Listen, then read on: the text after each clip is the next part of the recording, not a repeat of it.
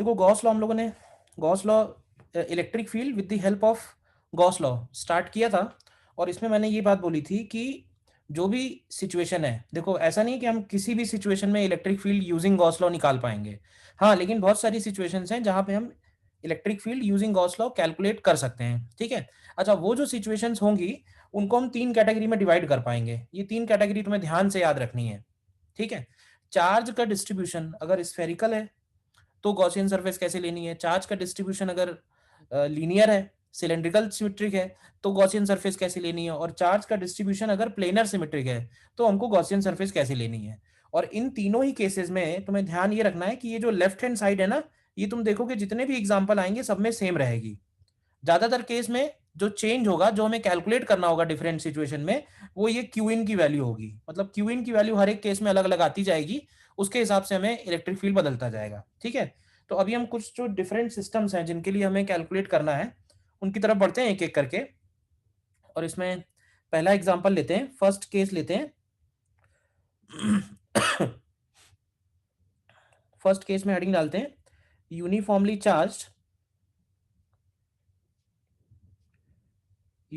Charged spherical shell. ठीक है। या फिर इसको हम बोल सकते हैं चार्ज्ड कंडक्टिंग स्फीयर। ठीक है।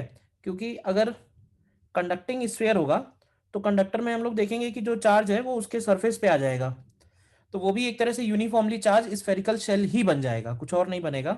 तो ये एक यूनिफॉर्मली चार्ज स्फेरिकल शेल हो गया suppose.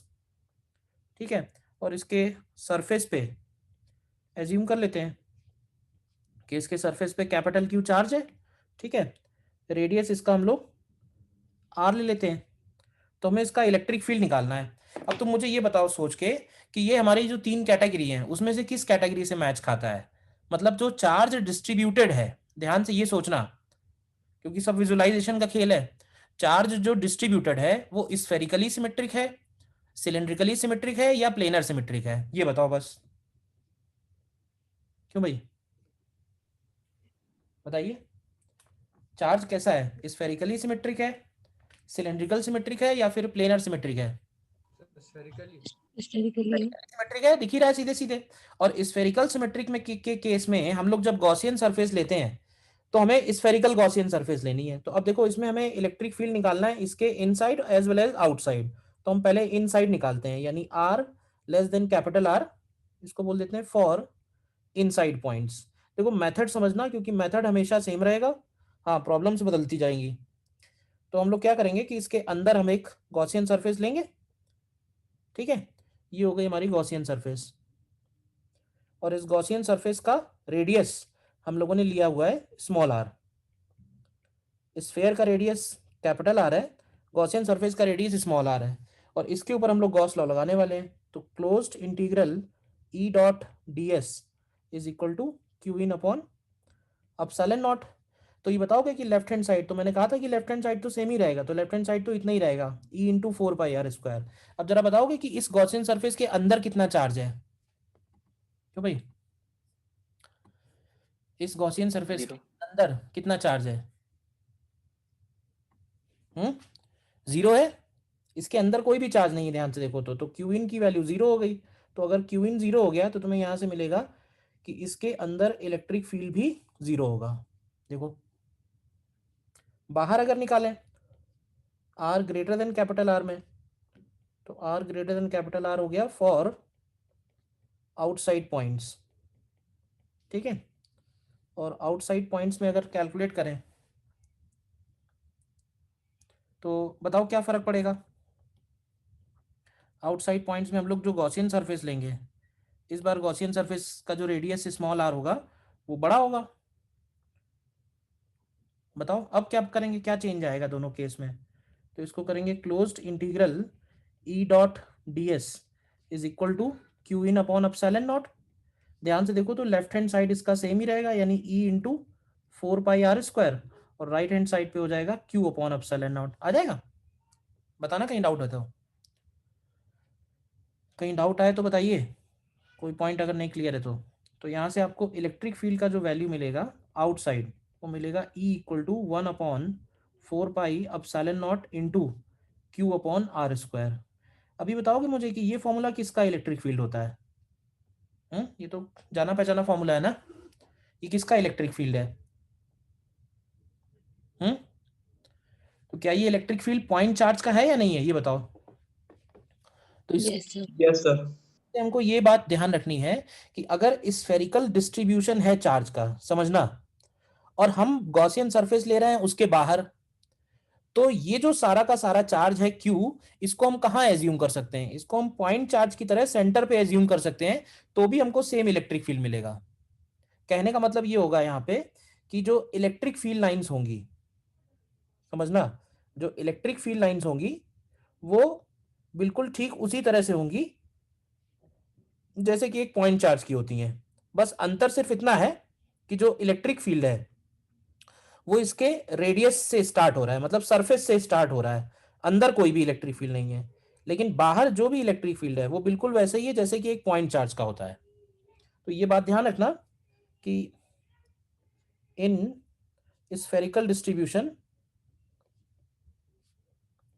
in spherical distribution whole charge can be assumed at center as a point charge while calculating field at outside points। बताओ, ध्यान है की बात। In spherical distribution whole charge can be assumed at center as a point charge while calculating field at outside points। ठीक है, तो इसका हम लोगों को एक ग्राफ भी ध्यान रखना है, तो हम एक ग्राफ बना सकते हैं, ये भी कई बार पूछा गया है, इलेक्ट्रिक फील्ड वर्सेस आर का ग्राफ। ठीक है, तो इसमें इलेक्ट्रिक फील्ड जो है जीरो से लेके कैपिटल आर तक, ध्यान से चेक करो, तो जीरो से लेके कैपिटल आर तक इलेक्ट्रिक फील्ड जीरो है। और कैपिटल आर के बाद फिर इलेक्ट्रिक फील्ड की वैल्यू सडनली एक नॉन जीरो वैल्यू पे पहुंच जा रहा है, और उस नॉन जीरो वैल्यू पे पहुंचने के बाद इसका जो वेरिएशन है ये 1/r² के हिसाब से है। ठीक है, अगर कोई पूछेगा कि भाई सरफेस पे इलेक्ट्रिक फील्ड क्या है, तो क्या जवाब दोगे बताओ? What is electric field at surface? Hmm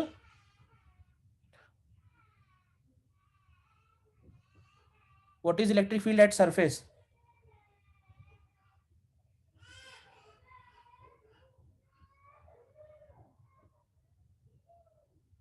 what is electric field at surface, बताइए।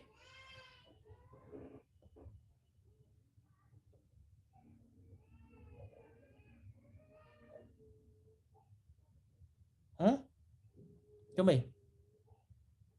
इलेक्ट्रिक फील्ड एट सरफेस अगर पूछेगा ना, तो इलेक्ट्रिक फील्ड एट सरफेस जो है वो नॉट डिफाइंड जाएगा, ध्यान रखना, क्योंकि आर से कम पे वैल्यू जीरो है और आर से ज्यादा पे वैल्यू नॉन जीरो है। ध्यान से देखो, तो सडनली एक तरह से ये फंक्शन नॉट डिफाइंड हो गया ना इस पॉइंट पे, तो सरफेस पे वैल्यू डिफाइंड नहीं रहेगी। ये तो हो गया इलेक्ट्रिक फील्ड। पोटेंशियल के बारे में क्या कहोगे? पोटेंशियल भी निकाल लेते हैं, क्यों भाई? पोटेंशियल कैसे निकालेंगे बताओ, साथ ही साथ निकाल लेते हैं पोटेंशियल भी। तो ये बताओ, अगर हमें इलेक्ट्रिक फील्ड मालूम है तो हम पोटेंशियल निकाल सकते हैं, कैसे निकालेंगे? हमारे पास फॉर्मूला है -dv = E.dr, देखना ध्यान से, तो ये आएगा -dv = अगर हम आउटसाइड वाले पॉइंट्स पे निकाल रहे हैं तो आउटसाइड वाले पॉइंट्स पे E की वैल्यू बनेगी KQ/r² और इंटू डी आर, और इसको इंटीग्रेट करेंगे तो देखो पोटेंशियल की वैल्यू जीरो कहाँ होती है? जब आर की वैल्यू इन्फिनिटी होती है, ध्यान से देखो, और पोटेंशियल की वैल्यू हमको निकालनी है आर डिस्टेंस पे, तो यहां से अगर आप v निकालोगे तो ये v की वैल्यू आ जाएगी KQ/r। वैसे भी हमको मालूम थी कि ये KQ/r आनी चाहिए, क्योंकि पॉइंट चार्ज के लिए पोटेंशियल कितना लेते हैं हम लोग r डिस्टेंस पे, KQ/r। तो ये जो मैंने निकाली है ये निकाली है फॉर आउटसाइड पॉइंट्स, देखो।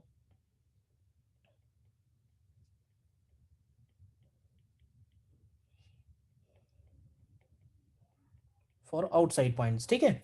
इनसाइड पॉइंट्स पे क्या कहेंगे, सरफेस पे क्या कहेंगे पोटेंशियल की वैल्यू, तो सरफेस पे पोटेंशियल की वैल्यू हो जाएगी के क्यू बाई आर। और ध्यान रखना कि इनसाइड पॉइंट पे पोटेंशियल और सरफेस पे पोटेंशियल की वैल्यू सेम आएगी, क्योंकि अंदर इलेक्ट्रिक फील्ड जीरो है, और अगर इलेक्ट्रिक फील्ड जीरो है तो उसका मतलब यह है कि पोटेंशियल में कोई भी चेंज नहीं होगा, ठीक है ना। इलेक्ट्रिक फील्ड जीरो का मतलब है पोटेंशियल कांस्टेंट।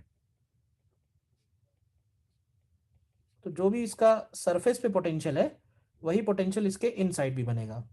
तो अगर हम ऐसा ही एक ग्राफ पोटेंशियल के लिए बनाए,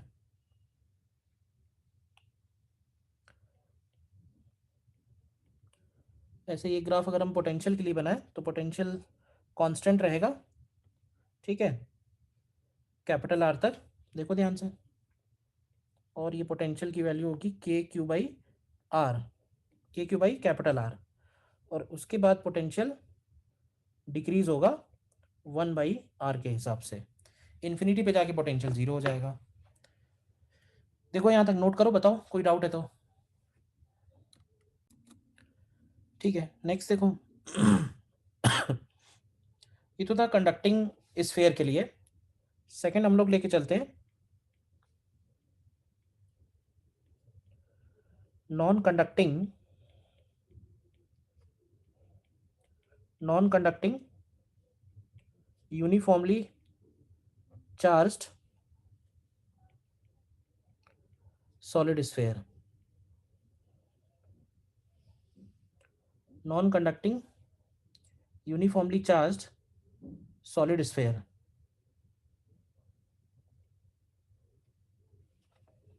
ठीक है।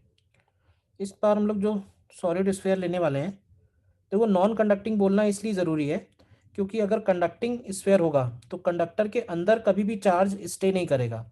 अगर हम चाहते हैं अंदर चार्ज रहे, वॉल्यूम में चार्ज रहे, तो it has to be non conducting only. तो मान लेते हैं ये क्यू चार्ज है और कैपिटल आर रेडियस का ये स्फीयर है।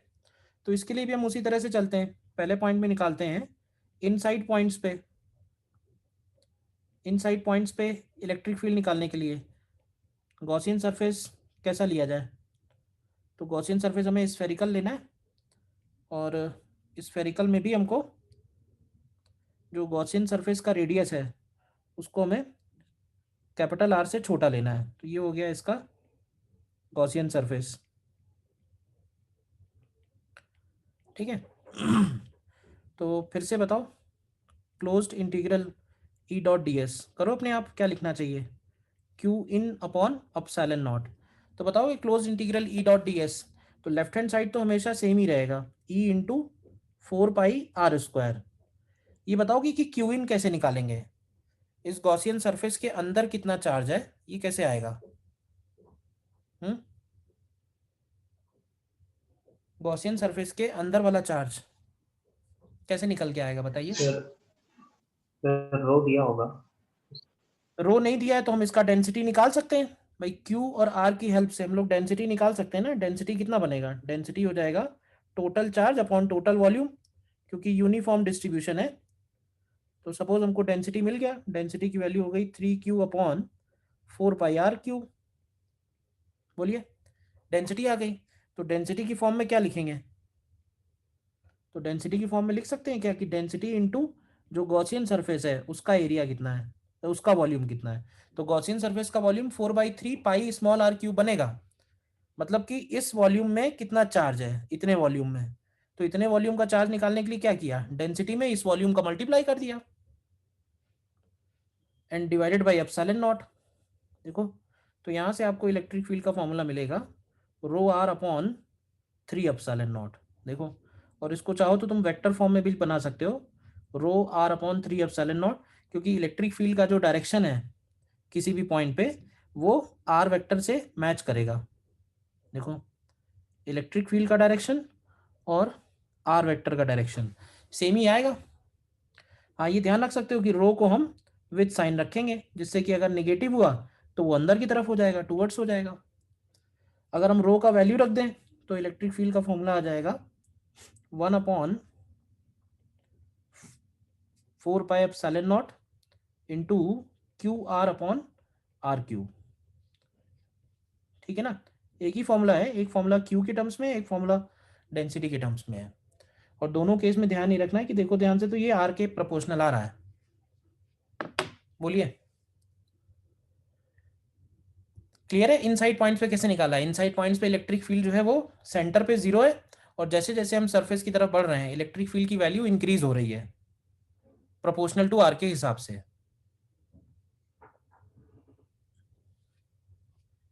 ठीक है। और आउटसाइड पॉइंट्स पे कोई जरूरत ही नहीं है। आउटसाइड पॉइंट्स पे तो हमें मालूम ही है कि सारा का सारा चार्ज हम लोग कहाँ एज्यूम कर सकते हैं, सेंटर पे एज्यूम कर सकते हैं। तो आउटसाइड पॉइंट पे तो फॉर्मूला अभी भी सेम ही रहेगा जो पॉइंट चार्ज के लिए फॉर्मूला निकाला था, यानी E is equal to 1/4πε0 into Q/r²। तो आउटसाइड में कोई चेंज नहीं है, प्रोपोर्शनल टू 1/r²। ग्राफ बना लो इसका भी, कैसा ग्राफ बनेगा?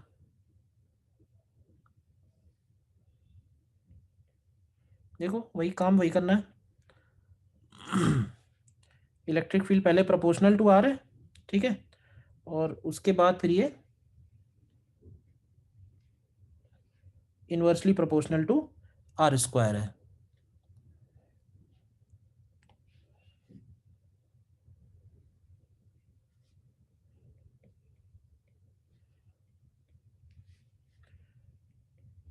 और इलेक्ट्रिक फील्ड मैक्सिमम भी है यहाँ पे मैक्सिमम इलेक्ट्रिक फील्ड कहाँ पे है? इसके सरफेस पे मैक्सिमम इलेक्ट्रिक फील्ड है। ध्यान से देखो,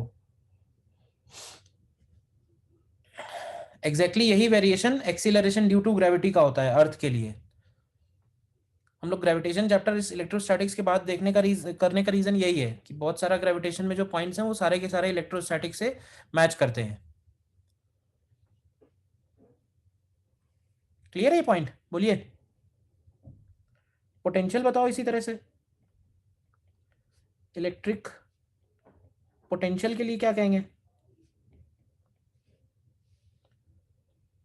तो इलेक्ट्रिक पोटेंशियल अगर आउटसाइड चाहिए तो आउटसाइड के लिए तो फिर से वही कि सारा का सारा चार्ज हम लोग सेंटर पे एज्यूम कर सकते हैं, तो ये हो जाएगा KQ/R।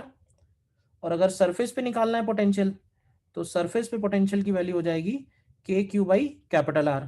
देखो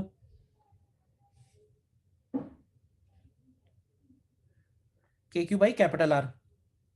और इन साइड अगर चाहिए तो इन साइड में हमें इंटीग्रेट करना पड़ेगा, क्योंकि इन साइड के लिए इलेक्ट्रिक फील्ड इस बार नॉन जीरो है। तो इन साइड पे इलेक्ट्रिक फील्ड कितना है? तो इलेक्ट्रिक फील्ड की अगर वैल्यू लिखो सिर्फ, तो इलेक्ट्रिक फील्ड की वैल्यू है KQR/R³ और इंटू DR। अब जरा ध्यान से देखना, जब हम इंटीग्रेट करेंगे ना तो इसको इन्फिनिटी से इंटीग्रेट नहीं कर सकते, क्योंकि ये जो फंक्शन निकाला है हम लोगों ने इलेक्ट्रिक फील्ड वाला, ये सिर्फ इन साइड के लिए एप्लीकेबल है। तो इसको हम इंटीग्रेट करेंगे from R equal to capital R to R equal to small r। और कैपिटल R पे जो पोटेंशियल की वैल्यू है वो हमें मालूम है, तो उसको बोल रहे हैं हम लोग V सरफेस, और अंदर जो निकालने वाले हैं वो हो गया V इनसाइड। तो यहां से जो V इनसाइड की वैल्यू आएगी, ये एक इंपॉर्टेंट फॉर्मूला है जो जनरली याद नहीं रहता है, तो इसका ज़रा खास ख्याल रखना है। थोड़ा अलग टाइप का है ये फॉर्मूला। जो पोटेंशियल का वेरिएशन है वो पैराबोलिक है। इनसाइड पोटेंशियल आएगा KQ/2R³ into bracket 3R² minus small r²।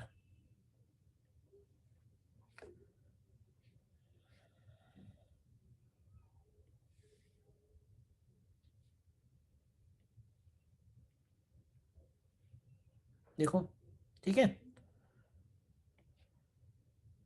तो ये जो पोटेंशियल है ये 0 से लेके कैपिटल R के बीच में इसका वेरिएशन पैराबोलिक है, और उसके बाद फिर इसका वेरिएशन हाइपरबोलिक है। मैक्सिमम पोटेंशियल ध्यान से चेक कर लो कहाँ आएगा। मैक्सिमम पोटेंशियल उसके सेंटर पे आएगा, which is 3KQ/2R। Small r की वैल्यू 0 रखो। ये वाला जो पार्ट है ये पैराबोला है। देखो बताओ, कहीं कोई डाउट है पूछिए। ठीक है, तो solid sphere non conducting sphere हो गया। अच्छा, इसमें एक एग्जांपल करके बताना, अगर मान लो कि डेंसिटी वेरिएबल हो तो इलेक्ट्रिक फील्ड कैसे निकालेंगे? जैसे मान लेते हैं कि अगेन सॉलिड स्फीयर है नॉन कंडक्टिंग, ठीक है। और डेंसिटी इसमें दी हुई है rho equal to rho naught r to the power n, या ऐसे ले लो rho naught r square upon 2r², ठीक है, जिसमें स्मॉल आर जो है उसके सेंटर से किसी पॉइंट का डिस्टेंस हो गया। तो हमें इसके अंदर इलेक्ट्रिक फील्ड निकालना है। ट्राई करोगे इसको कैसे निकालना है? ट्राई करोगे, मैं बताऊं? सर है। करो। देखो इस केस में क्या है ना कि मेन जो फंसेगा ना वो बस वही फंसेगा गॉस लॉ में, जो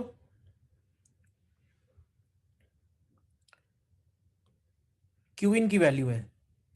और क्यू इन की वैल्यू निकालने के लिए हम लोगों को इसमें एक एलिमेंट लेना पड़ेगा, क्योंकि हम लोग डायरेक्टली डेंसिटी में मल्टीप्लाई नहीं कर पाएंगे। तो पहले एक काम करो, डी क्यू निकालो। तो डी क्यू को क्या लिखोगे? डी क्यू को लिखेंगे रो इंटू डी वी, ठीक है। रो की वैल्यू है rho naught r square upon 2r², और डीवी की जगह लिखेंगे 4πr² इंटू डी आर।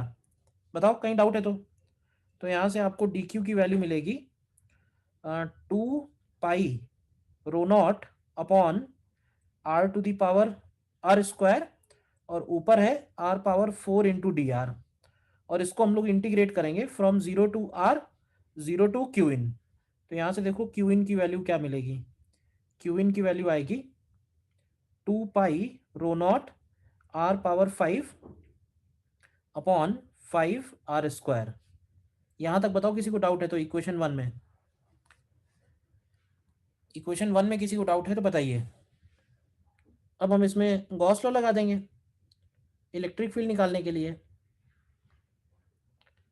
तो ये हो जाएगा closed integral E dot D S is equal to Q in upon epsilon naught. तो लेफ्ट हैंड साइड तो सेम ही रहेगा, E into 4πr²। Right hand side पे लिख दो जो लिखना है, जो क्यू इन निकाला है, 2π ρ0 r⁵ अपॉन 5r² और एप्सिलॉन नॉट और आ जाएगा। तो देख लो इसमें क्या कैंसिल हो रहा है, क्या बच रहा है। ई की वैल्यू क्या आती है यहाँ से? पाई कैंसिल हो जा रहा है, r² कैंसिल हो जा रहा है, 2 और 4 से 2 नीचे बच जाएगा।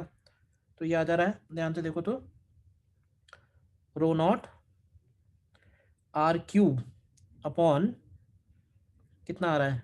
10r² epsilon not, yes sir. ठीक है। और यहाँ पे एक बात तुम ध्यान से देखना कि ये जो इलेक्ट्रिक फील्ड निकला है, ये इलेक्ट्रिक फील्ड r³ के प्रोपोर्शनल निकला है, ठीक है। तो ये एक छोटा सा पॉइंट है जो तुम ध्यान रख सकते हो कि अगर पॉलिनोमियल का फंक्शन है, समझना, मतलब डेंसिटी अगर r to the power n के डायरेक्टली प्रोपोर्शनल है, तो उससे जो इलेक्ट्रिक फील्ड आएगा ना इनसाइड, वो electric field r to the power n+1 के प्रोपोर्शनल होगा। याद रहेगी एक छोटी सी बात? बताओ क्यों भाई? डेंसिटी यस अगर sir. r to the power n के प्रोपोर्शनल है तो उसका जो इलेक्ट्रिक फील्ड होगा वो r to the power n+1 के प्रोपोर्शनल आएगा। एक छोटा सा पॉइंट है, ध्यान रखना। बाकी पोटेंशियल निकालना होगा तो फिर से dv equal to minus E dot D R को इंटीग्रेट कर लेंगे। और देखो प्रॉब्लम्स इसके ऊपर, बहुत इंपॉर्टेंट पोर्शन है ये, इस पे कई सारे क्वेश्चंस आए हुए हैं।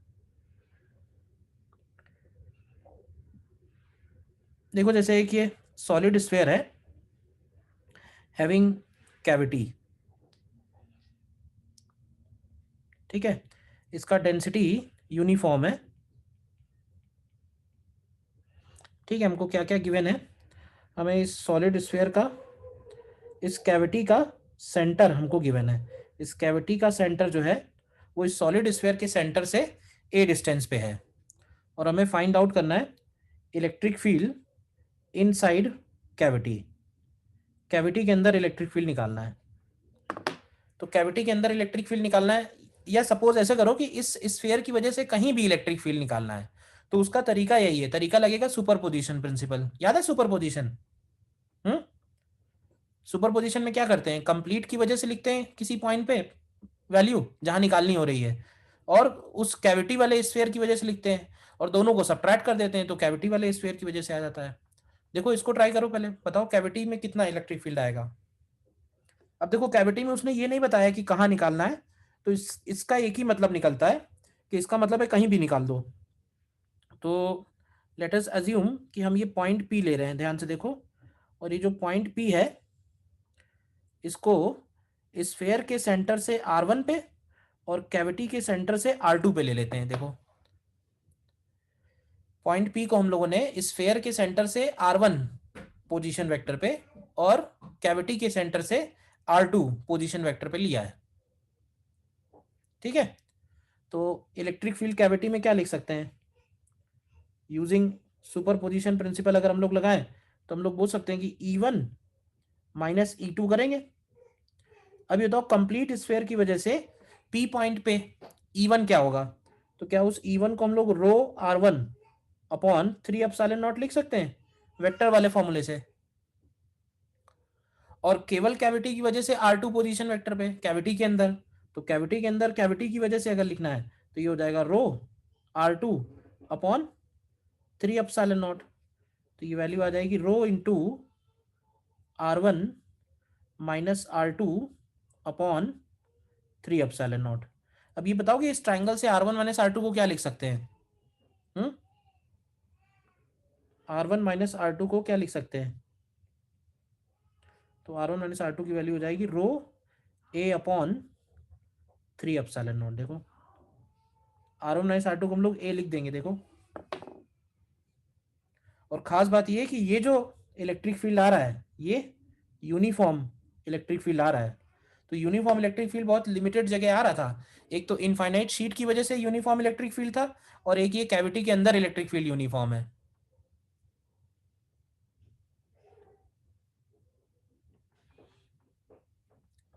ठीक है। बताओ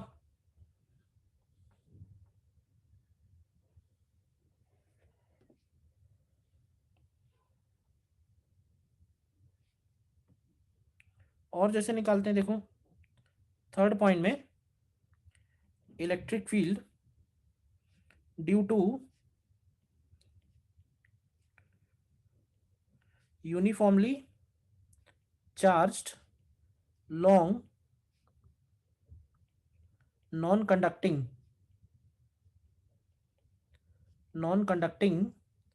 cylinder, electric field due to uniformly charge non conducting cylinder.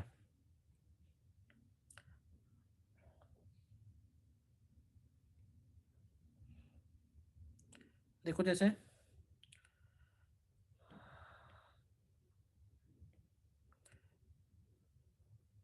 Suppose ये एक सिलेंडर हम लोगों ने लिया, लॉन्ग सिलेंडर है, ठीक है,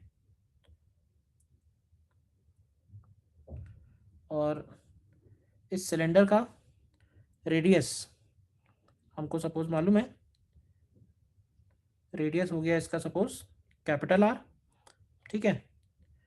ये इसका एक्सिस हो गया, और इसके अंदर यूनिफॉर्मली हर जगह चार्ज है, तो हमें इलेक्ट्रिक फील्ड बताना है इसके एक्सिस से R डिस्टेंस पे, इलेक्ट्रिक फील्ड इसके एक्सिस से R डिस्टेंस पे। तो बताओ कि कैसा गॉसियन सरफेस लेंगे इस बार। डेंसिटी सपोज हमें दी हुई है, यूनिफॉर्म है, डेंसिटी हमें दी हुई है, तो इसकी वजह से inside as well as outside electric field निकालना है। बताओ कैसा लेंगे गॉसियन सरफेस।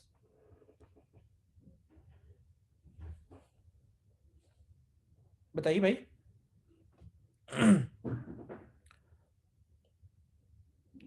गॉसियन सरफेस कैसा आएगा। सिलेंड्रिकल आएगा। सिलेंड्रिकल गॉसियन सरफेस लेंगे, ठीक है। और ध्यान से देखना जरा, ये जो सिलेंड्रिकल गॉसियन सरफेस हम लोग लेंगे, अब ये इसी के अंदर लेना है हमको, ठीक है।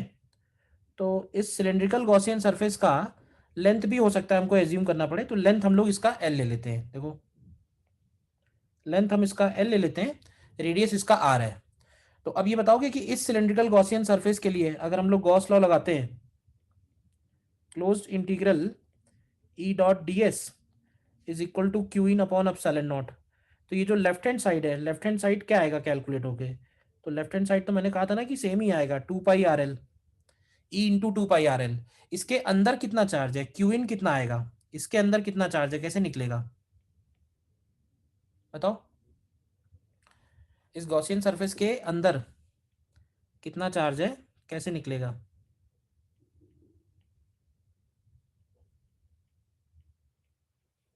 हम्म,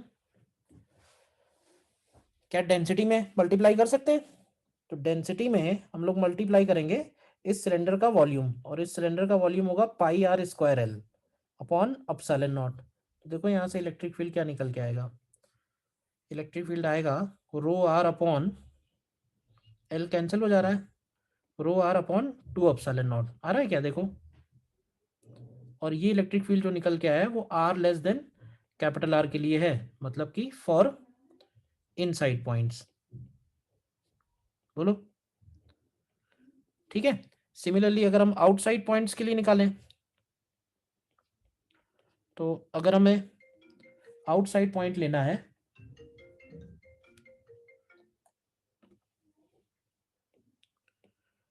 आउटसाइड पॉइंट अगर हम लोग ले r greater than capital R, तो हमें इसी गॉसियन सरफेस का रेडियस उसके रेडियस से बड़ा लेना होगा, और इस सिचुएशन में भी फिर से मैं कहूंगा कि सिर्फ क्यू इन की वैल्यू चेंज होगी, ध्यान से चेक करो तो गॉस लॉ का जो लेफ्ट हैंड साइड है ये सेम ही रहेगा, इसको लिखेंगे ई इंटू 2 पाई आर एल, और क्यू इन अगर लिखेंगे तो क्यू इन की वैल्यू इस बार बनेगी rho into pi capital R²L, ध्यान से देखना, क्योंकि जब हम ये बाहर लेंगे सिलेंडर तो चार्ज तो केवल कैपिटल R में ही आएगा ना, चार्ज थोड़े ना स्मॉल r में आएगा। ये वाला पॉइंट क्लियर है, बताओ किसी को डाउट है, यहाँ पे स्मॉल r है, यहाँ पे कैपिटल R क्यों है। हम्म, ठीक है, तो यहां से देखो इलेक्ट्रिक फील्ड की वैल्यू क्या आएगी,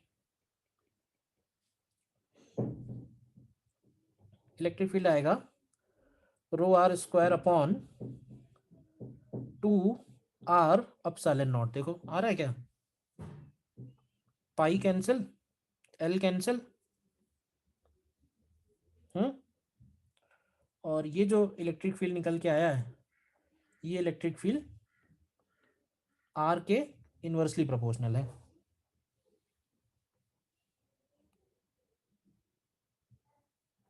बताओ, और यहां भी तुम एक बात ध्यान रखना कि फॉर आउटसाइड पॉइंट्स, अगर हम बाहर वाले पॉइंट्स पे निकाल रहे हैं ना, ठीक है ना, for outside points total density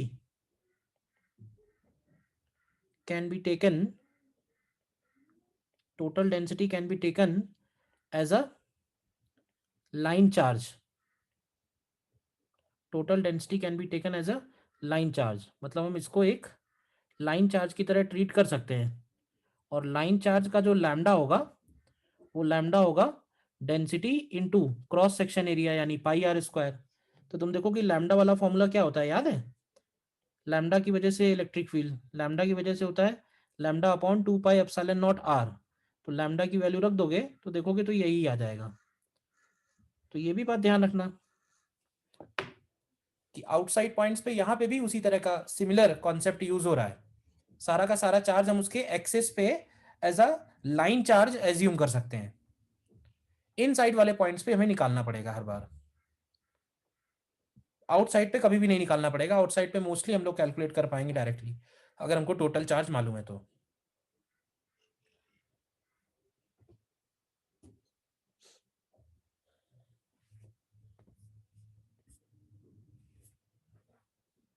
बोलिए, ठीक है।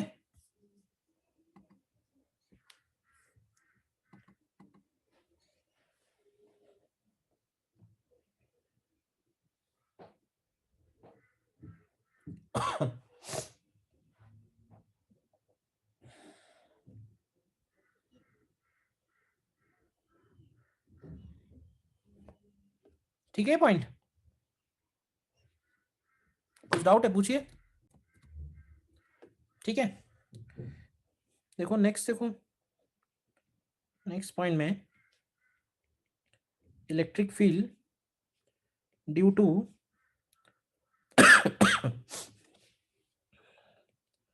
infinitely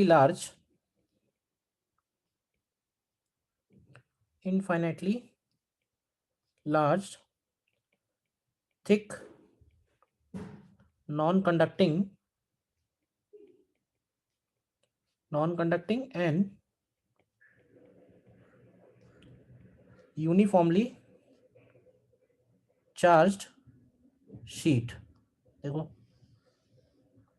non conducting and uniformly charged sheet.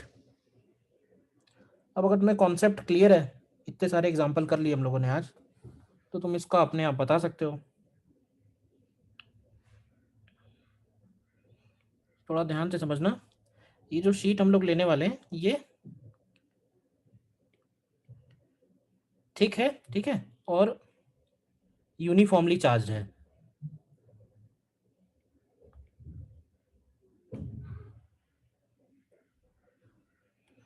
देखो मैं ड्रॉ कर रहा हूँ।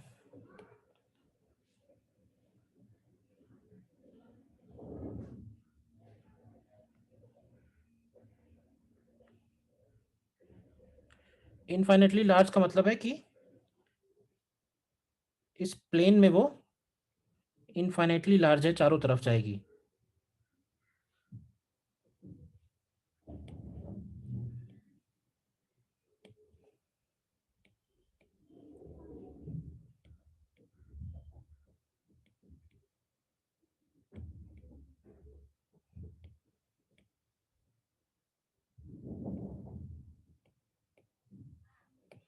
इनफाइनेटली लार्ज समझ गए ना शीट कैसी है, क्यों भाई?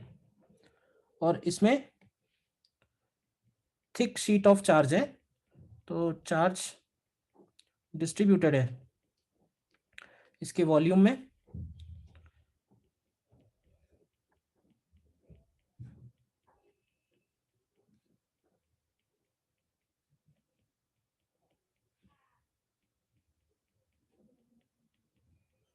डेंसिटी सपोज ले लेते हैं इसका कांस्टेंट है, और इस शीट का थिकनेस एज्यूम कर लेते हैं डी।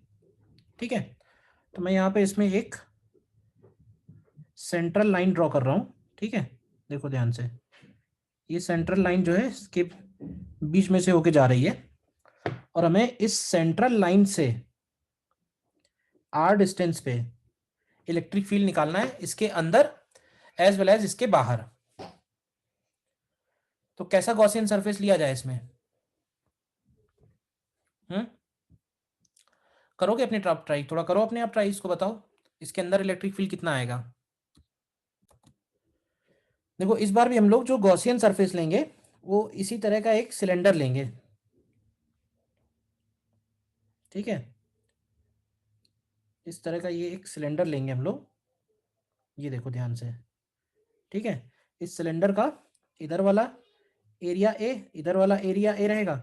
तो इस सिलेंडर के ऊपर अगर हम लोग गॉस लॉ अप्लाई करें तो closed integral E dot D S is equal to Q in upon epsilon naught. ये वैल्यू तो तुम्हें याद होगा, मैंने कहा था सेम ही रहेगी, तो ये 2 EA आएगी। अब क्यू इन इसके अंदर कितना आएगा? तो अगर हमने इसका लेंथ देखो ध्यान से 2R है और एरिया ए है, तो इसका वॉल्यूम हो जाएगा 2AR, देखो, और upon epsilon not.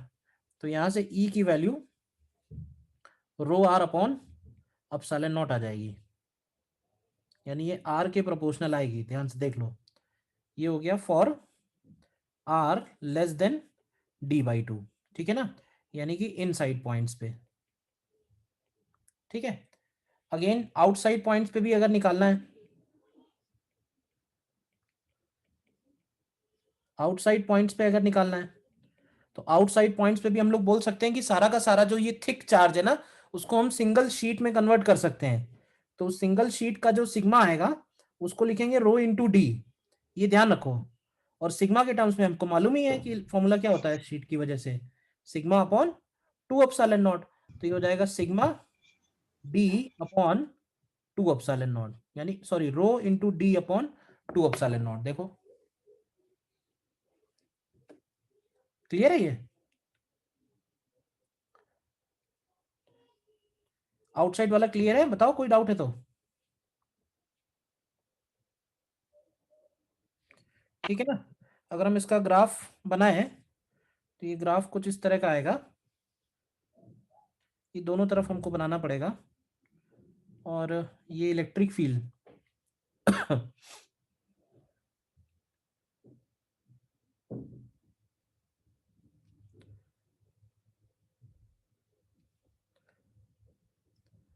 Linearly proportional है अंदर, और बाहर फिर ये कांस्टेंट है इस तरह का। देखो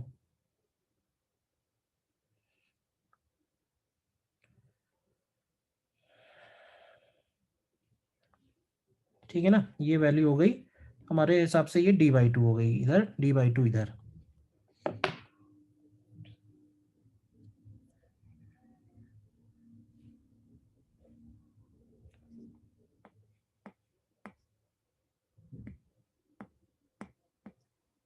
ठीक है? तो electric field calculation using Gauss law में एग्जांपल इतने ही है, बाकी इन्हीं के एप्लीकेशन है बहुत सारे, और ये बहुत इंपॉर्टेंट पोर्शन है गॉस लॉ का। तो कोई डाउट है इसमें अभी तक तो बताइए।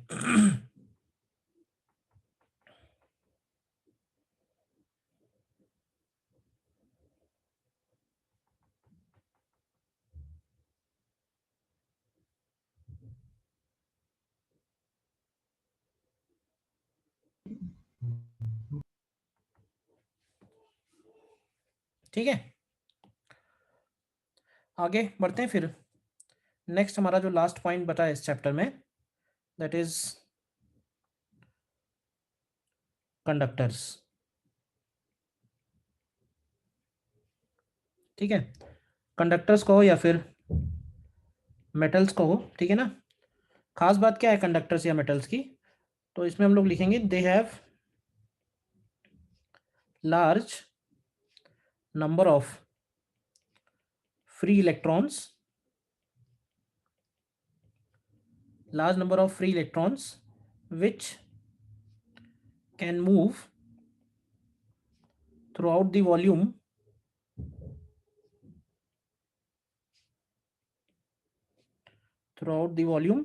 freely। ठीक है?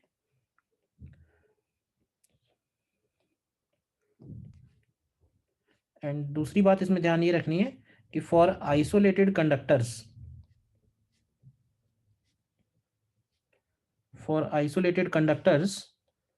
Charge conservation principle, charge conservation principle is always applicable।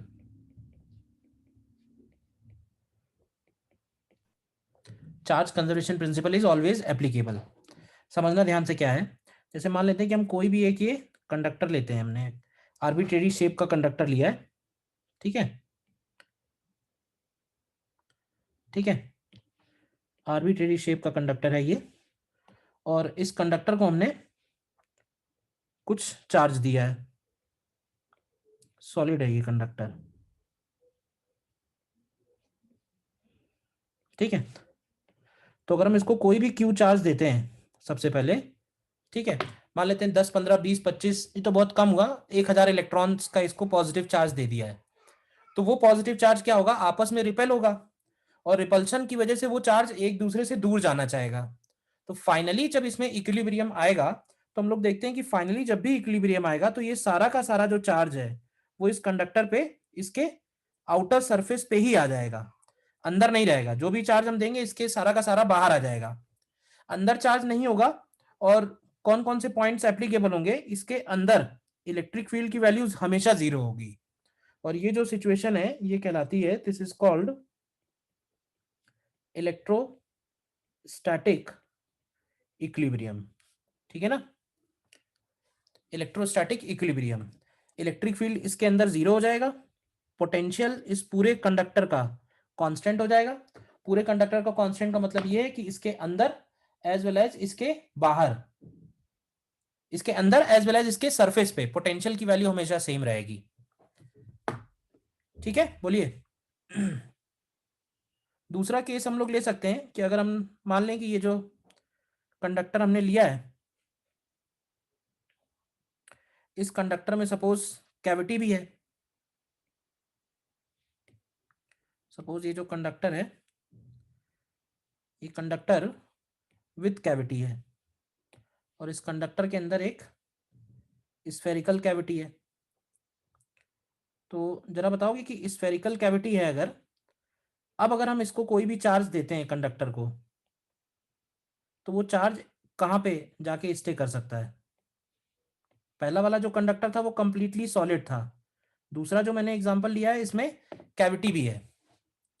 तो इस केस में बताओगे कि अंदर कोई चार्ज आएगा कैविटी में या नहीं आएगा? बोलो, बताइए भाई। सर उसकी जो फ्री सरफेस है उसमें आएगा। अभी भी जो सारा का सारा चार्ज है, फ्री सरफेस तो इसके दो हो गए ना, अंदर वाली भी फ्री सरफेस है, बाहर वाली भी फ्री सरफेस है। लेकिन मेरा क्वेश्चन ये है कि क्या अंदर वाली सरफेस पे कोई चार्ज आएगा? तो आंसर होगा नो, अंदर वाली सरफेस पे अभी फिर से कोई चार्ज नहीं आएगा। क्यों नहीं आएगा? उसको हम लोग गॉस लॉ से एक्सप्लेन कर सकते हैं। कैसे? अगर हम एक गॉसियन सरफेस लें, ध्यान से देखना, ये जो गॉसियन सरफेस ली है हम लोगों ने, ये गॉसियन सरफेस ली है उस कैविटी के सेंटर के हिसाब से, ठीक है। और हमको मालूम है कि गॉसियन सरफेस जिन पॉइंट से होके पास कर रही है उन सभी पॉइंट्स पे इलेक्ट्रिक फील्ड जीरो है। तो अगर इलेक्ट्रिक फील्ड जीरो है तो इस गॉसियन सरफेस के अंदर का चार्ज भी जीरो होना चाहिए। और इस गॉसियन सरफेस के अंदर का चार्ज जीरो तभी हो सकता है जब इस केस में कैविटी के अंदर भी कोई भी चार्ज नहीं होगा, ठीक है ना। Electric field inside cavity and charge inside cavity दोनों ही जीरो होगा।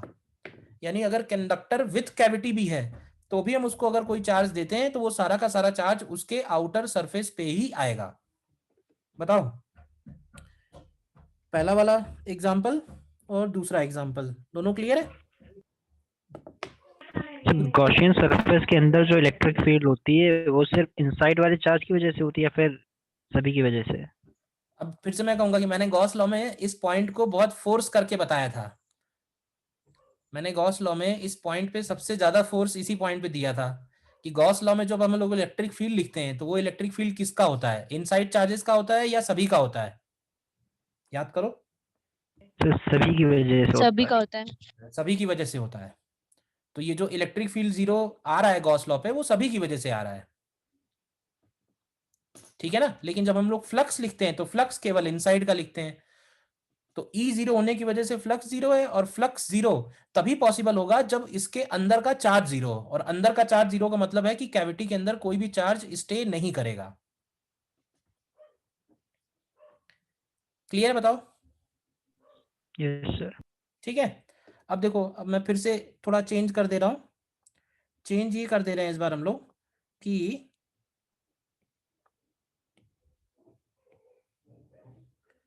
इस बार हम लोग कैविटी के अंदर पहले से ही कुछ चार्ज रख देते हैं। यानी इस बार जो कंडक्टर है, कंडक्टर वही है, कंडक्टर विथ कैविटी, ठीक है। लेकिन इस बार हम लोगों ने कंडक्टर को भी क्यू चार्ज दिया है और इस कैविटी के सेंटर पे भी हमने एक प्लस क्यू रखा हुआ है। ये थर्ड एग्जांपल हो गया। अब क्या कहेंगे चार्ज के बारे में? तो देखो, गॉसियन सरफेस पे तो हम अभी भी बोल सकते हैं कि कंडक्टर के वॉल्यूम में तो इलेक्ट्रिक फील्ड जीरो ही होना है। और कंडक्टर वॉल्यूम में इलेक्ट्रिक फील्ड जीरो होने का मतलब ये हुआ कि इस गॉसियन सरफेस से पास होने वाला फ्लक्स जीरो होना चाहिए। फ्लक्स जीरो तभी होगा जब इस गॉसियन सरफेस से क्यू इन जीरो होगा। अब क्यू तो ऑलरेडी रखा हुआ है, तो क्यू इन जीरो कैसे हो सकता है? बताओगे? मतलब इस केस में क्या रहेगा? इंडक्शन से।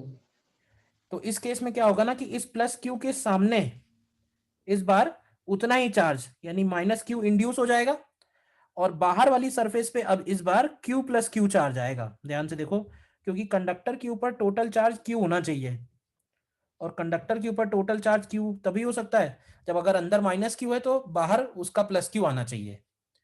ठीक है।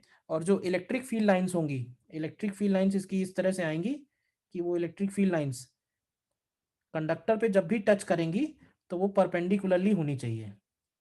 देख लो ध्यान से, कंडक्टर पे जब भी ये इलेक्ट्रिक फील्ड टच करेगा तो परपेंडिकुलर टू द सरफेस होना चाहिए, क्योंकि कंडक्टर का जो सरफेस है वो इक्विपोटेंशियल सरफेस होता है, और इक्विपोटेंशियल सरफेस पे इलेक्ट्रिक फील्ड, इक्विपोटेंशियल सरफेस पे electric field line along the surface exist नहीं करेंगी। ध्यान से देख लो, हर जगह इलेक्ट्रिक फील्ड सरफेस के परपेंडिकुलर होना चाहिए, हर जगह ये एंगल 90 डिग्री होना चाहिए। क्लियर है? ये पॉइंट बताओ। सर आप पहले से ये अज्यूम करें इलेक्ट्रिक फील्ड जीरो है सर, ये कैसे पता चल पाया आपको? इलेक्ट्रोस्टैटिक इक्विलिब्रियम में कंडक्टर के अंदर इलेक्ट्रिक फील्ड जीरो ही हो जाएगा, क्योंकि इक्विलिब्रियम आने का मतलब है कि चार्जेस का मोशन रुक जाए, और चार्जेस का मोशन रुकने का मतलब है कि चार्जेस के ऊपर कोई फोर्स नहीं लगे। तो कंडक्टर के अंदर जो फ्री इलेक्ट्रॉन्स हैं, कंडक्टर के अंदर जो फ्री इलेक्ट्रॉन्स हैं उनका मोशन रुक जाएगा ना इक्विलिब्रियम में। तो अगर रुक जाएगा मतलब कोई फोर्स नहीं लग रहा है, कोई फोर्स नहीं लग रहा है मतलब फील्ड जीरो होगा, तभी तो नहीं लग रहा है, ये कह रहा हूं। Yes sir. इलेक्ट्रोस्टैटिक्स में देखो, ये हमारा चैप्टर है इलेक्ट्रोस्टैटिक्स, जैसे करंट पढ़ेंगे तो वो कहलाएगा इलेक्ट्रोडायनेमिक्स। तो इलेक्ट्रोडायनेमिक्स में कंडक्टर के अंदर इलेक्ट्रिक फील्ड होता है, लेकिन इलेक्ट्रोस्टैटिक्स में कंडक्टर के अंदर कोई भी इलेक्ट्रिक फील्ड नहीं आएगा किसी भी सूरत में। कैविटी के अंदर हो सकता है, ध्यान से समझना, कैविटी के अंदर फील्ड है, कंडक्टर के अंदर नहीं है, कंडक्टर का इलेक्ट्रिक फील्ड जीरो है, तो ये हमेशा जीरो होगा। ठीक है, बोलिए।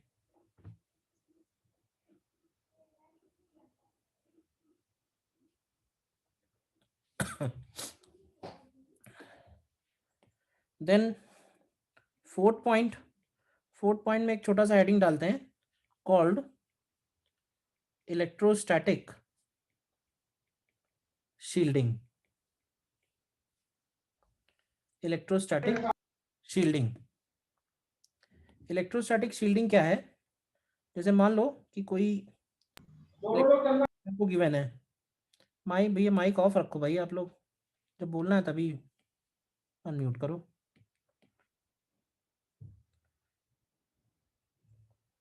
ठीक है, मान लेते हैं ये यूनिफॉर्म इलेक्ट्रिक फील्ड है, और इस यूनिफॉर्म इलेक्ट्रिक फील्ड में हम लोग, ये एक कंडक्टर है, इसको हमने कोई भी चार्ज नहीं दिया है, लेकिन इस कंडक्टर को हम इस यूनिफॉर्म इलेक्ट्रिक फील्ड में रखने वाले हैं। तो इस कंडक्टर को इलेक्ट्रिक फील्ड में रखने के बाद सिचुएशन कैसी बनेगी? क्यों भाई? तो क्या ऐसे बोल सकते हैं कि कंडक्टर का जो नेगेटिव चार्ज होगा वो लेफ्ट साइड पे आ जाएगा, और उतना ही पॉजिटिव चार्ज राइट साइड पे आ जाएगा? कंडक्टर का नेगेटिव यानी जो फ्री इलेक्ट्रॉन्स हैं वो लेफ्ट साइड में आ जाएंगे इलेक्ट्रिक फील्ड में रखने के बाद, और पॉजिटिव चार्ज जो है, equal and opposite positive charge, उसका राइट साइड पे आ जाएगा। इलेक्ट्रिक फील्ड लाइन कैसी होंगी? तो इलेक्ट्रिक फील्ड लाइन इस बार थोड़ा सा चेंज हो जाएंगी। इस बार इलेक्ट्रिक फील्ड लाइन जो इधर से आ रही होंगी वो कंडक्टर के ऊपर टर्मिनेट हो जाएंगी, इस तरह से देखो, इलेक्ट्रिक फील्ड लाइन कंडक्टर के ऊपर टर्मिनेट हो जाएंगी और दूसरी तरफ से परपेंडिकुलरली स्टार्ट होंगी। ये हो जाएगा मॉडिफाइड फील्ड कंडक्टर रखने के बाद। ठीक है, अब क्वेश्चन ये आता है कि इसके अंदर तो इलेक्ट्रिक फील्ड फिर से जीरो ही हो जाना है। तो ऐसा इसलिए हो रहा है क्योंकि जो एक्सटर्नल इलेक्ट्रिक फील्ड है और जो इंड्यूस चार्जेस का इलेक्ट्रिक फील्ड है वो इक्वल एंड अपोजिट हो गया है। मतलब जो चार्जेस उसके सरफेस पे अपीयर हो रहे हैं उनको हम लोग बोल रहे हैं इंड्यूस चार्जेस, और इंड्यूस चार्जेस का जो फील्ड है वो एक्सटर्नल इलेक्ट्रिक फील्ड के इक्वल एंड अपोजिट हो जा रहा है। Net electric field inside conductor अभी भी जीरो होगा। तो अगर हमसे कोई पूछेगा कि इंड्यूस्ड का फील्ड कितना है, तो इंड्यूस्ड का field minus of E external है, बस। इंड्यूस का जो इलेक्ट्रिक फील्ड है वो माइनस ऑफ ई एक्सटर्नल है।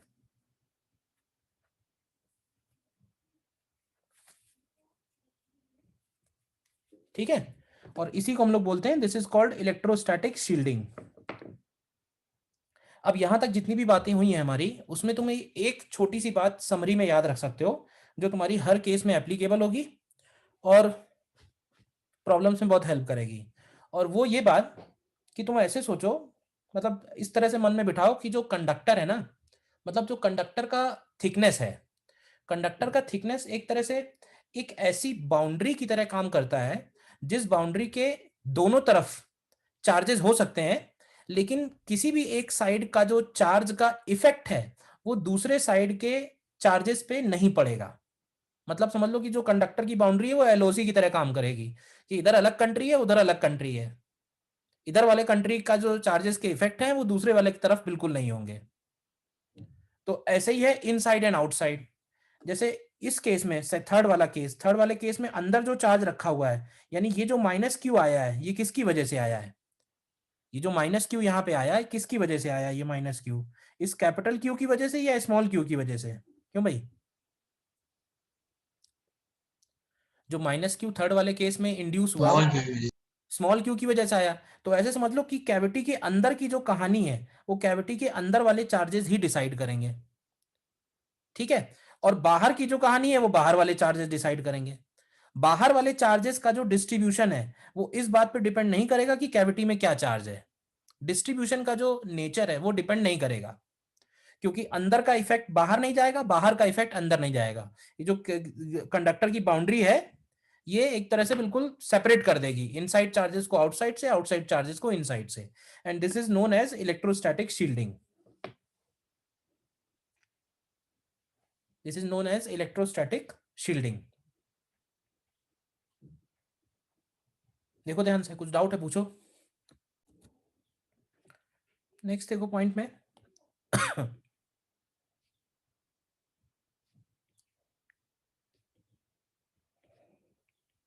connecting two charged conducting spheres. Connecting two charged conducting spheres. तो जैसे मान लेते हैं कि एक स्फेयर है और दूसरा स्फेयर है, इन दोनों को हमने एक मेटल वायर से कनेक्ट किया हुआ है, दोनों के बीच में सेपरेशन लार्ज लिया हुआ है। लार्ज इसलिए लिया हुआ है जिससे वो एक दूसरे के चार्जेस को इफेक्ट ना करें। और रेडियस एज्यूम कर लेते हैं, इसका रेडियस R1 और इसका रेडियस R2। तो फाइनली हम अगर जो भी चार्जेस देंगे वो इन दोनों के ऊपर डिवाइड हो जाएंगे। तो मान लेते हैं कि डिवाइड होने के बाद इसके ऊपर Q1 है और इसके ऊपर Q2 है, ठीक है? तो अब ये बताओ कि अगर हमने दोनों को कनेक्ट कर रखा है और फाइनली चार्ज एक जगह से दूसरी जगह जाना रुक गया है, तो इसका मतलब तो यही होगा ना कि पोटेंशियल ए का और पोटेंशियल बी का सेम हो जाएगा। बोलो, इसको तुम उससे समझ सकते हो जो जैसे हम लोगों ने फ्लूइड्स में पढ़ा है। देखो मैं एग्जांपल बना देता हूँ। जैसे मान लो कि ये दो अलग अलग टैंक हैं, ठीक है? देखना ध्यान से। दो अलग अलग टैंक हैं, हमने इनिशियली बंद कर रखा है, तो इसमें ज़्यादा हाइट तक वाटर है और इसमें कम हाइट तक वाटर है। क्यों भाई? तो अब ये बताओ कि अगर हम इनका ये टैप ओपन करेंगे तो वाटर का फ्लो कहाँ से कहाँ होगा? क्यों भाई? अगर हम ये टैप ओपन करते हैं तो वाटर का फ्लो कहाँ से कहाँ होगा? High pressure to low pressure. High ऐसे बोल सकते हैं कि जिसकी हाइट ज़्यादा होगी वहां से जिसकी हाइट कम होगी। बोलो, तो वाटर वेसल में जो काम हाइट का है ऐसे समझो, चार्ज कंडक्टर के लिए वही काम पोटेंशियल का है। और अगर हम वो टैप ओपन करेंगे तो वाटर का फ्लो कब तक होगा? फाइनली क्या दोनों तरफ सेम हो जाएगा? ऐसे हो जाएगी। तो ऐसे बोल सकते हैं ना कि फाइनली दोनों तरफ हाइट सेम हो जाएगी। तो उसी हाइट को हम लोग यहाँ पे बोलेंगे कि फाइनली जब तक चार्ज फ्लो करेगा जब तक दोनों का पोटेंशियल इक्वल नहीं हो जाता है। तो फाइनली अगर दोनों कनेक्टेड है तो इसका मतलब है कि उनका पोटेंशियल पहले से ही इक्वल हो गया होगा, मतलब जो चार्ज जाना है वो इंस्टेंटेनियसली फ्लो कर जाएगा। और VA इक्वल टू VB अगर लिखेंगे तो यहाँ से हमको मिलेगा K Q1 upon R1 is equal to K Q2 upon R2। तो यहाँ से याद रखना कि चार्जेस का जो डिवीजन है वो उनके रिस्पेक्टिव रेडियाई के रेशियो में होगा। ठीक है, अगर डेंसिटी की फॉर्म में लिखें तो Q1 को लिख सकते हैं सिग्मा 1 इंटू 4πr1² और Q2 को लिख सकते हैं सिग्मा 2 इंटू 4πr2²। तो यहाँ से अगर तुम निकालोगे सिग्मा 1 इज टू सिग्मा 2 तो ये आ जाएगा 1/r1 इज टू 1/r2। मतलब जो डेंसिटी है वो रेडियस के इन्वर्स रेशियो में है और जो चार्ज है वो रेडियस के रेशियो में है। इसके ऊपर भी कई सारे क्वेश्चंस मिलेंगे। इस फेयर्स को ज्वाइन कर रहे हैं तो फाइनली क्या चार्ज होगा? तो चार्ज का फ्लो तब तक होगा जब तक दोनों के पोटेंशियल इक्वल नहीं हो जाता।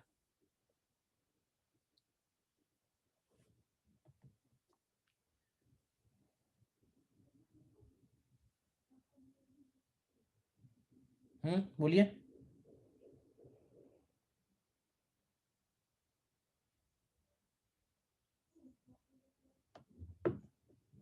क्लियर है पॉइंट? बताओ।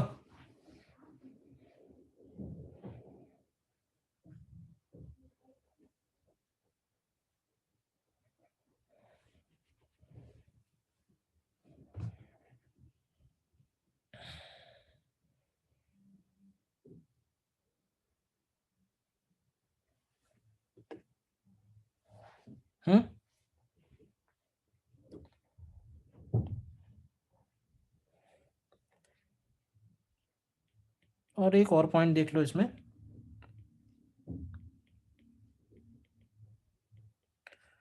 Potential calculation in concentric charged shells। potential calculation in concentric charged shells। जैसे मान लेते हैं कि हमारे पास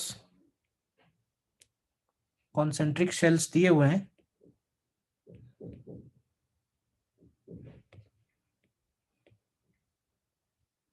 ठीक है, ये हो गया शेल ए, ये हो गया शेल बी, रेडियस इनके दिए हुए हैं, ये हो गया लेट से R1, ये हो गया लेट से R2,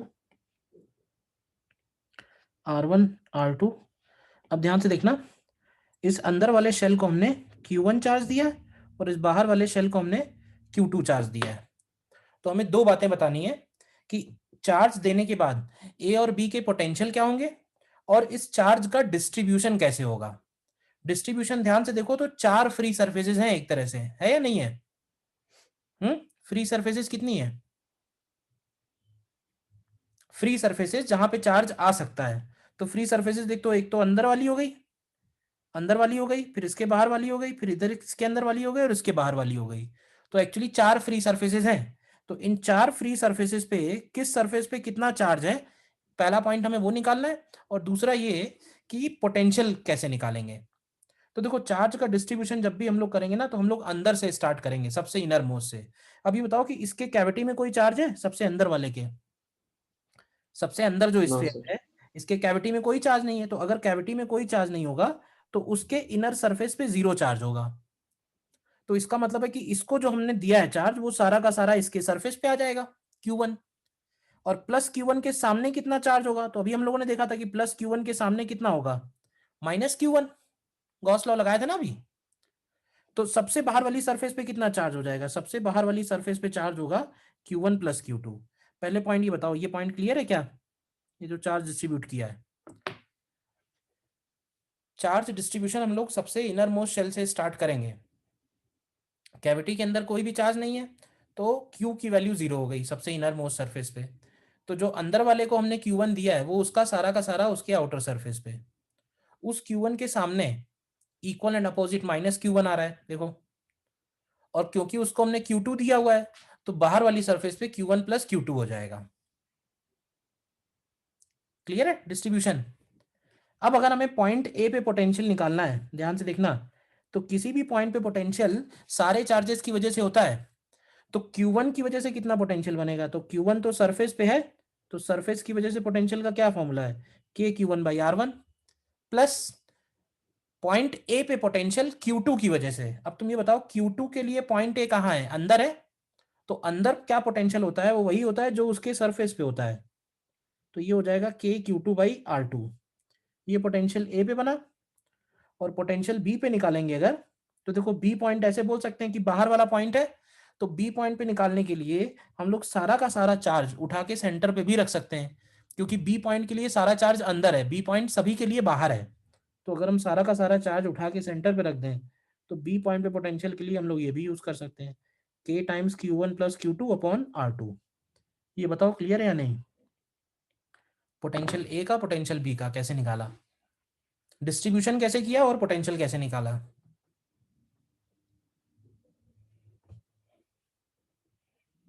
बोलो।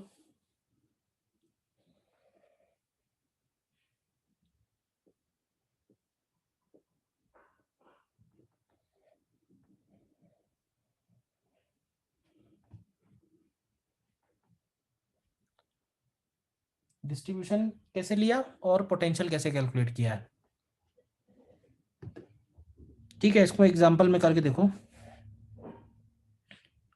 मान लेते हैं कि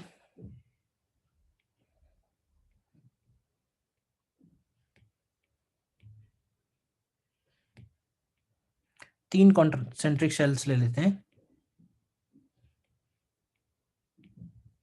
ठीक है, A, B एंड C, और रेडियस इनके ले लेते हैं R, ठीक है, देन 2R एंड 4R।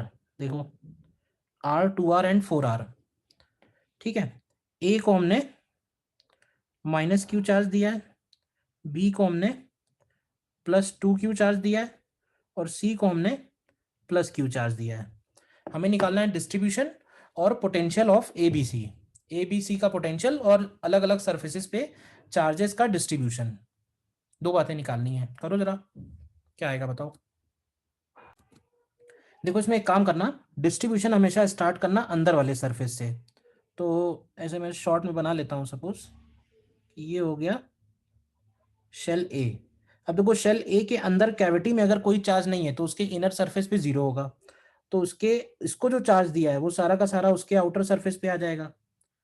फिर हो गया शेल बी। अब देखो शेल ए के आउटर पे -Q है, तो शेल बी के इनर सरफेस पे +Q होना है, इक्वल एंड अपोजिट। अब बी को हमने दिया +2Q, तो इसके बाहर वाली सरफेस पे बचा हुआ लिख दो, बचा हुआ कितना यानी कि Q। और फिर सी पे आ जाओ, तो देखो शेल बी के यहाँ +Q है तो यहाँ -Q होगा, और हमने इसको दिया +Q था, तो इसका मतलब इसके बाहर सरफेस पे 2Q आएगा। ये कर लिया था काम, बताओ, बोलिए भाई। Yes sir. ये पॉइंट क्लियर है?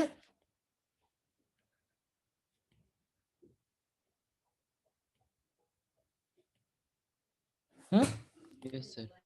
क्लियर है? अब देखो किसी भी पॉइंट पे पोटेंशियल लिखना है तो सारे की वजह से लिखना है, बस ए पे पोटेंशियल लिखेंगे तो लिखेंगे K-Q/R प्लस, अब देखो अंदर अगर पॉइंट है तो वही पोटेंशियल है जो उनके सरफेस पे है, तो 2Q 2R पे है, और Q जो है वो 4R पे है, तो जो जहां है वो कर देंगे। फिर B पे पोटेंशियल अगर लिखेंगे तो ध्यान से देखना, B तक का सारा चार्ज हम सेंटर पे रख देंगे, तो B तक का सारा मतलब कितना हुआ, तो -Q + 2Q ये रख देंगे सेंटर पे, तो सेंटर से B का डिस्टेंस हो जाएगा 2R।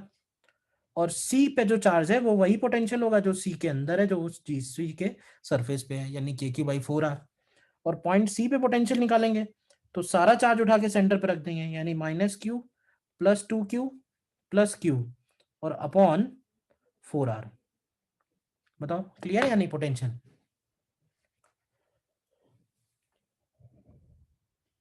बोलिए। Yes sir.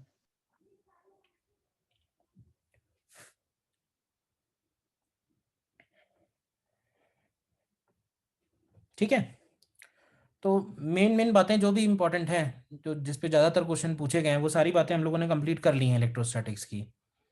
ठीक है, कुछ एक दो पॉइंट्स हैं तो क्वेश्चंस में के थ्रू डिस्कस हो जाएंगे, फिर डीबीपी के क्वेश्चंस के थ्रू। बोलिए। ठीक है।